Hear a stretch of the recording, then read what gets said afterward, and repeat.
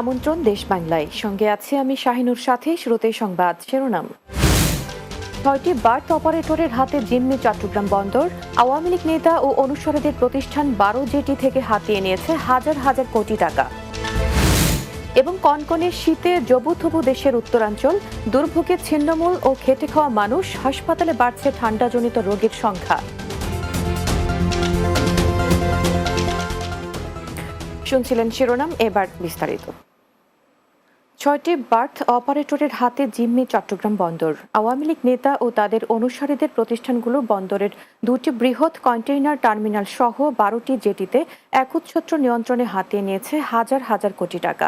Tender নিয়ে অভিযোগের তদন্ত করে লুটপাট বন্ধে কার্যকর ব্যবস্থা গ্রহণের দাবি বন্দর সংশ্লিষ্টদের। চট্টগ্রাম থেকে বিস্তারিত জানাচ্ছেন সহকর্মী সোহেল মাহমুদ, ক্যামেরায় ছিলেন সেলিম খান। চট্টগ্রাম বন্দরে পণ্য ওঠানামায় বার্থ অপারেটর ও টার্মিনাল অপারেটর সিস্টেমের একচ্ছত্র নিয়ন্ত্রণ ছিল বিগত আওয়ামী লীগ সরকারের ঘনিষ্ঠজন এবং তাদের অনুসারীদের হাতে। বন্দরের 2টি গুরুত্বপূর্ণ টার্মিনাল সহ 12টি জেটির দায়িত্ব পায় তারাই। এর মধ্যে রয়েছে Saif Powertec limited, MH Chowdhury limited, Bashir Ahmed and company limited, Everest food service limited, A&J traders, Fazli sons limited এবং এফকিও খান অ্যান্ড ব্রাদার্স। তারাই এককভাবে নিয়ন্ত্রণ করছে বন্দর। অন্য কোনো ব্যবসায়ীকে সুযোগ দেওয়া হয়নি বলে অভিযোগ ব্যবসায়ীদের। আওয়ামী লীগের 5-6 জন মানুষের হাতে পুরো বন্দরটা নিয়ন্ত্রণ ছিল গত 17 বছর। মানে আর কোনো প্রতিষ্ঠান এখানে যে এদের অবর্তমানে যে কেউ করতে পারবে এরকমভাবে কেউ গড়ে ওঠেনি। বিগত 18 বছর একটি প্রতিষ্ঠানকেও সে মুক্তবাজার অর্থনীতিতে প্রতিযোগিতার কোনো সুযোগ দেওয়া হয়নি। আওয়ামী লীগের মন্ত্রী, এমপি ও তাদের ঘনিষ্ঠজনদের লুটপাটের এসব টাকা ফ্যাসিস্ট সরকারকে টিকিয়ে রাখতে বিনিয়োগ করা হতো বলে জানালেন পেশাজীবী নেতা। এরা এই সরকারকে ফেসিবাদী সরকারের সহযোগী হিসেবে কাজ করেছেন এবং এরাই এই টাকা দিয়ে কিন্তু ফেসিবাদী সরকারের যারা পৃষ্ঠপোষক তারা কিন্তু এই ছাত্র আন্দোলন 16 বছরের যে আমাদের গণ আন্দোলনের এই গণ আন্দোলনে প্রচুর টাকা ব্যয় করেছেন। যদিও এসব অভিযোগ ভিত্তিহীন বলে দাবি সাইফ পাওয়ারটেক লিমিটেডের স্বত্বাধিকারীর। এই যে চট্টগ্রাম বন্দর আজকে র্যাঙ্কিংয়ে প্রায় 67 আমার মনে হয়। আমরা যখন 2007 আমরা শুরু করেছিলাম তখন ছিল 97-98, আজকে এটা 67 করছে। ব্যাপক সাইফ পাওয়ারটেকের পিছনে কাজ করেছে। এ বিষয়ে বন্দর কর্তৃপক্ষ বলছে টেন্ডার অনুযায়ী বার্থ অপারেটর নিয়োগ দেওয়া হয়েছে। সবাই সমানভাবে এক একটা বার্থের দায়িত্বে আছে। এখানে 6টা কন্টেইনার বার্থ এবং 6টা কার্গো বার্থ। তারা টেন্ডারের মাধ্যমে নিয়োগপ্রাপ্ত এবং নির্ধারিত সময়ের জন্য নিয়োগপ্রাপ্ত। তবে বন্দর ব্যবহারকারী ব্যবসায়ীরা বলছেন 6 মাস পর পর বার্থ অপারেটর পরিবর্তনের নিয়ম থাকলেও অজ্ঞাত কারণে তা হয়নি। টেন্ডার প্রক্রিয়া, সেই প্রক্রিয়াতে তারা কিন্তু নতুনভাবে অংশগ্রহণ করার সুযোগটা পায় না, কিংবা সুযোগ পাওয়ার মতো সেই যোগ্যতা থাকা সত্ত্বেও কিন্তু তারা সেই কোয়ালিফাই করতে পারে না টেন্ডারগুলোতে। যে কারণে এই যে পুরনো যারা আছে তারাই কিন্তু রয়ে গেছে এবং তারাই কিন্তু কাজ করছে। দেশের আমদানি রপ্তানির প্রধান কেন্দ্র চট্টগ্রাম বন্দরে স্বচ্ছতার নিশ্চিতের দাবি সংশ্লিষ্টদের। সোহেল মাহমুদ, বাংলা টিভি, চট্টগ্রাম। নানা আয়োজনে দেশের বিভিন্ন স্থানে বিজয় দিবস উদযাপিত হয়েছে। ফরিদপুরের বোয়ালমারী উপজেলা চত্বরে জাতীয় পতাকা উত্তোলন করেন উপজেলা নির্বাহী কর্মকর্তা তানভীর হাসান চৌধুরী। এছাড়া উপজেলা অডিটোরিয়ামে মুক্তিযোদ্ধাদের সংবর্ধনা ও আলোচনা সভা অনুষ্ঠিত হয়। এদিকে টাঙ্গাইলের নাগরপুর উপজেলা প্রশাসনের উদ্যোগে শহীদ বেদিতে পুষ্পস্তবক অর্পণ করে উপজেলা প্রশাসন, মুক্তিযোদ্ধা কাউন্সিল, উপজেলা বিএনপি, নাগরপুর প্রেস ক্লাব, শিক্ষা প্রতিষ্ঠান।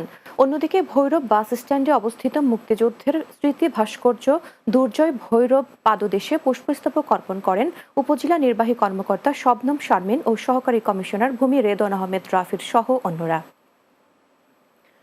মহান বিজয় দিবস উপলক্ষে আখাউড়া সীমান্তে ভারতীয় সেনাবাহিনীকে মিষ্টি শাড়ি উপহার দিয়েছে বাংলাদেশ সেনাবাহিনী। এ সময় বাংলাদেশ সেনাবাহিনীকে সন্দেশ ও ক্রেস্ট উপহার দেয় ভারতীয় সেনাবাহিনী। সোমবার সকালে আখাউড়া চেকপোস্ট সীমান্তের শূন্য রেখায় এই সৌজন্য সাক্ষাৎ শুভেচ্ছা উপহার বিনিময় অনুষ্ঠিত হয়। এ সময় দুই বাহিনী একে অপরের সাথে কুশল বিনিময় করেন। ভারতীয় সেনা কর্মকর্তারা বাংলাদেশ সেনা কর্মকর্তাদের বিজয় দিবসের শুভেচ্ছা জানান এবং দুই দেশের মধ্যে সুসম্পর্ক ও ভ্রাতৃত্ববোধ বজায় রাখতে আলোচনা হয়। আখাউড়া উপজেলা নির্বাহী কর্মকর্তা গাজালা পারভিন রুহি শুভেচ্ছা বিনিময়ের বিষয়টি নিশ্চিত করেন। সুনামগঞ্জের জগন্নাথপুর উপজেলায় শুরু হয়েছে 2 দিনের বিজয় মেলা। উপজেলার চত্বরে প্রশাসনের উদ্যোগে মেলার উদ্বোধন করেন উপজেলা নির্বাহী অফিসার মোহাম্মদ বরকতুল্লাহ। মেলায় চারু, কারু ও স্থানীয়ভাবে উৎপাদিত পণ্যের পসরা নিয়ে উদ্যোক্তারা অংশ নেয়। পরে শিশুদের অংশগ্রহণে অনুষ্ঠিত প্রতিযোগিতায় বিজয়ীদের মাঝে পুরস্কার বিতরণ করা হয়। এ সময় উপস্থিত ছিলেন উপজেলার সহকারী কমিশনার ভূমি কর্মকর্তা রিয়াদ বিন ইব্রাহিম ভূঁইয়া সহ অনেকে। কনকনে শীতে জবুথবু হয়ে পড়েছে দেশের উত্তরাঞ্চলের মানুষ। কুয়াশার সাথে হিমেল বাতাসে শীতের তীব্রতা বেড়েছে। ঠান্ডা বাতাস আর ঘন কুয়াশায় দুর্ভোগে ছিন্নমূল ও খেটে খাওয়া মানুষ। থমকে গেছে স্বাভাবিক জীবনযাত্রা। খুব প্রয়োজন ছাড়া ঘর থেকে বের হচ্ছেন না কেউ। তীব্র শীতে বেশি কষ্টে পড়েছেন গ্রামীণ জনপদের মানুষজন। অনেকেই খড়কুটো জ্বালিয়ে শীত নিবারণের চেষ্টা করছেন। দিনের বেলাতেও সড়কে হেডলাইট জ্বালিয়ে যানবাহন চলাচল করতে দেখা গেছে। এদিকে হাসপাতালে বেড়ে চলেছে ঠান্ডাজনিত রোগীর সংখ্যা। দেশ বাংলায় নিচ্ছে বিরতি। ফিরে আসার পর অন্যান্য সংবাদের সাথে আলোচনা থাকছে। নরসিংদীতে সবজি আবাদে ব্যবহার করা হচ্ছে মানবদেহের জন্য ক্ষতিকর কীটনাশক। মারাত্মক শারীরিক ক্ষতির আশঙ্কা।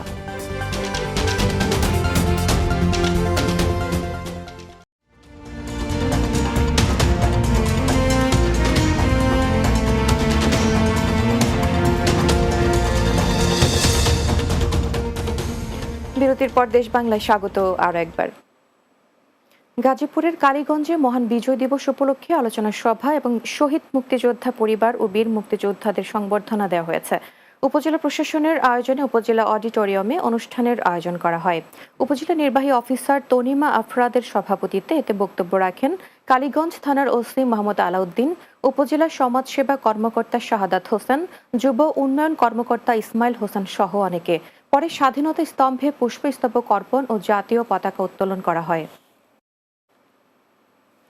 ফরিদপুরের সদরপুর উপজেলায় বিজয় দিবস উপলক্ষে বীর মুক্তিযোদ্ধা ও শহীদ মুক্তিযোদ্ধা পরিবারের সদস্যদের সংবর্ধনা দেওয়া হয়।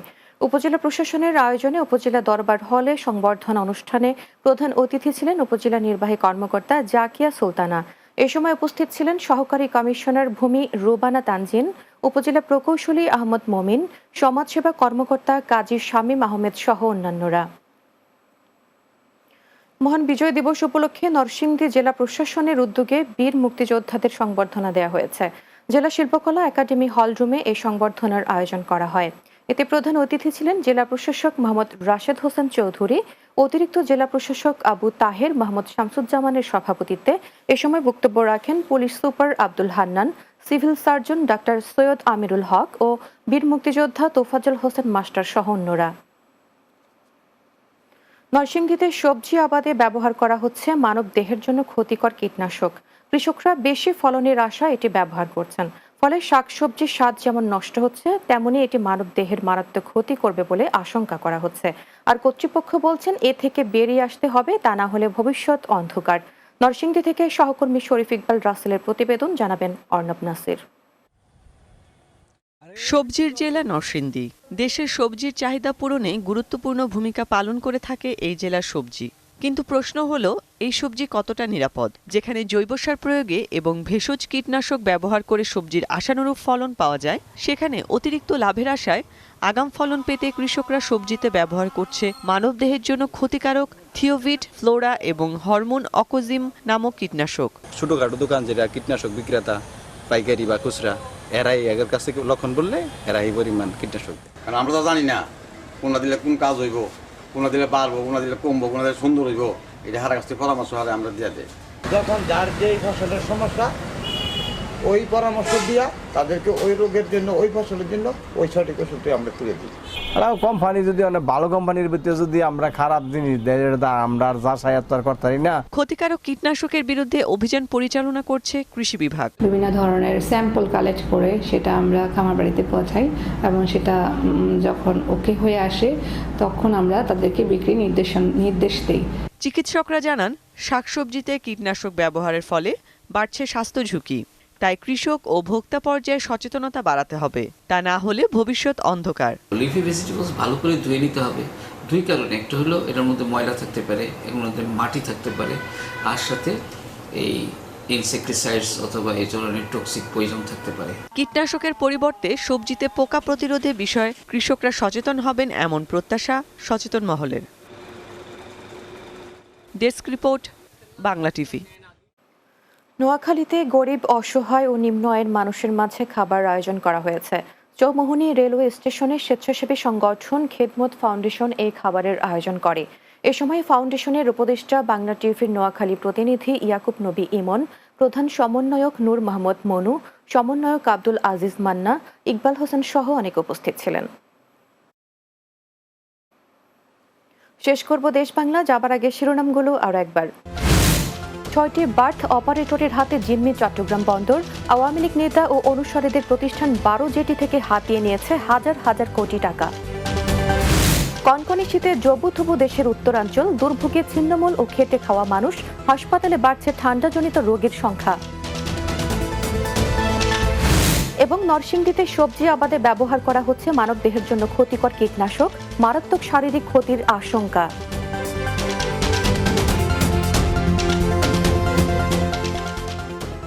দর্শক, এই ছিল দেশ বাংলায়। আমাদের পরের সংবাদ বিকেল 4টা 30 মিনিটে দিনের বাংলা দেখার আমন্ত্রণ রইল। এতক্ষণ সঙ্গে থাকার জন্য ধন্যবাদ সবাইকে।